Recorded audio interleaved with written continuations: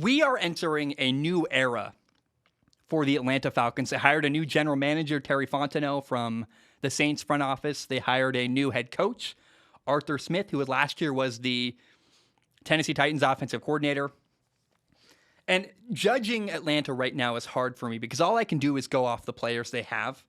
I don't actually know how good of a coach Arthur Smith is going to be. I have an open mind. I'm not going to say he's going to be great. I'm not going to say he's going to be bad. I just don't know. And I might be wrong. These new coaches are hard to judge because I've never seen them really coach in action. So I have an open mind. Time will tell if Arthur Smith is a good head coach. Now, the Falcons roster, though, is kind of caught between two places where half of this team is young guys who I think are the future of the Atlanta Falcons, and half of this team are guys who are aging and are only really there because Atlanta couldn't find anybody else. They had to fill out their roster. They wanted to make some progress and not be awful.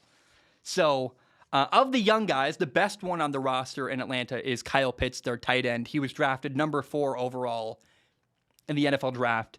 He is a matchup nightmare. Like, he's Darren Waller. He is Travis Kelce. He is George Kittle. Like, he's a guy that people will not be able to guard in the NFL. Some people say that he is the most likely rookie of the 2021 NFL draft class to eventually become a Hall of Famer. I don't feel comfortable saying that. I'm regurgitating. Other people said that. I'm not going to say that. He's a rookie. Let's give him some time. It's a bit early for me to say a rookie is in the running for the Hall of Fame. But what I can't deny is that Kyle Pitts is super, super talented. He is probably the best young football player on this team, and I cannot wait to watch Kyle Pitts play in Atlanta. Now, there are 3 former first-round picks on the offensive line. It's a young group, but they have a lot of talent. And I think in time, very similar to actually the Minnesota Vikings, if given enough time to develop, the Atlanta Falcons could become a really good offensive line where they shift from a bunch of young guys to a group that's got a lot of potential and is, in fact, really, really talented and become a strength. The same way that you see the New Orleans Saints right now. You look at the Saints offensive line and you're like, that's a great group. I think in time, that's what could happen in Atlanta. They are working on building it, but currently, though, they're just a bunch of young guys trying to get better. Now, I like the Falcons receivers. Calvin Ridley, he's become the new number 1 target. They have Russell Gage. He's really solid. Star receiver Julio Jones got traded to Tennessee. That's not great. The Falcons allowed Alex Mack, their former center, to walk away to San Francisco in free agency. I get why Atlanta let Alex Mack go. He's aging. They got what they could for Julio Jones in a trade.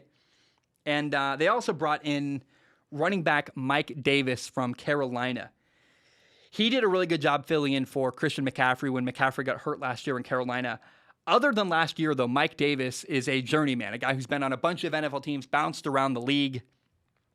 I do not believe that Mike Davis is the long-term solution at running back for the Atlanta Falcons. I think he's a guy who's good enough for now, but I'm not ready to get married to Mike Davis as the future running back of the Atlanta Falcons. I think they're going to draft another guy. Running backs are very cheap. You can draft guys in the 2nd and 3rd round who have a really big impact on their football team very quickly. So I like Mike Davis. He's fine. He'll be good for this year, but I don't know if he's a guy long-term. On defense, you have 3 new starters who were brought into. I think the thought process is we're going to stabilize this defense and hopefully their secondary. They brought in 2 safeties, Eric Harris and Duron Harmon. They brought in a corner, Fabian Moreau. And Fabian Moreau joins another young corner. They have A.J. Terrell, who was the first-round pick in 2020 for the Atlanta Falcons. Look, other than Kyle Pitts, though, this Atlanta roster didn't get much better. You look at the Atlanta Falcons and you're like, well, they were terrible last year. And in order for them to go from a bad football team to a good football team, frankly, they needed a lot more than just a really good tight end.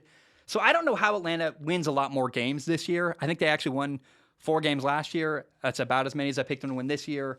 Atlanta's rebuilding. And it's not going terribly. I think in a year or two, their offensive line is going to be dominant.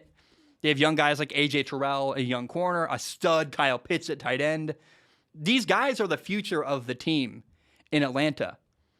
But quarterback Matt Ryan finds himself in a really weird position where he's 36. He can't wait a couple years for Atlanta to rebuild.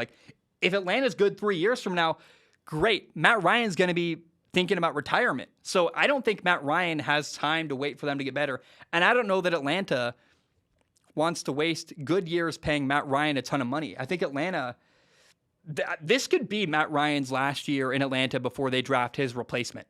They might keep him next year. If I were them, I'd try to trade him, and because you want a cheaper, younger quarterback who can allow you to pay other people and build the rest of your roster.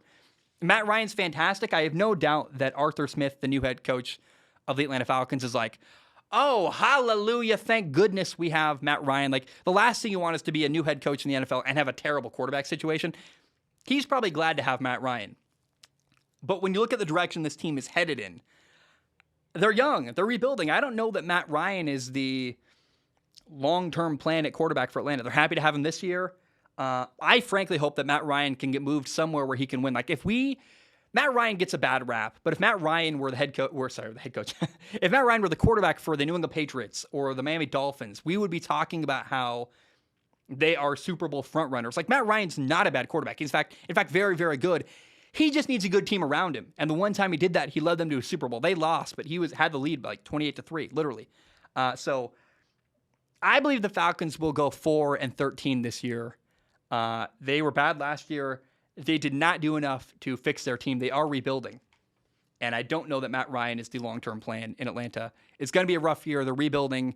But I don't know that that's necessarily terrible either. Like, they have a good young core of talented players. They've got a couple veterans that I think they're going to replace eventually. But look, it's a new era in Atlanta Falcons football, and that's definitely good. I mean, the Falcons' former culture was blowing leads, losing big games, and I think it was time for Atlanta to make a change. They did, and I'm not entirely. I'm actually somewhat optimistic for the future of the Falcons, even if this year is going to be a really ugly, really bad year.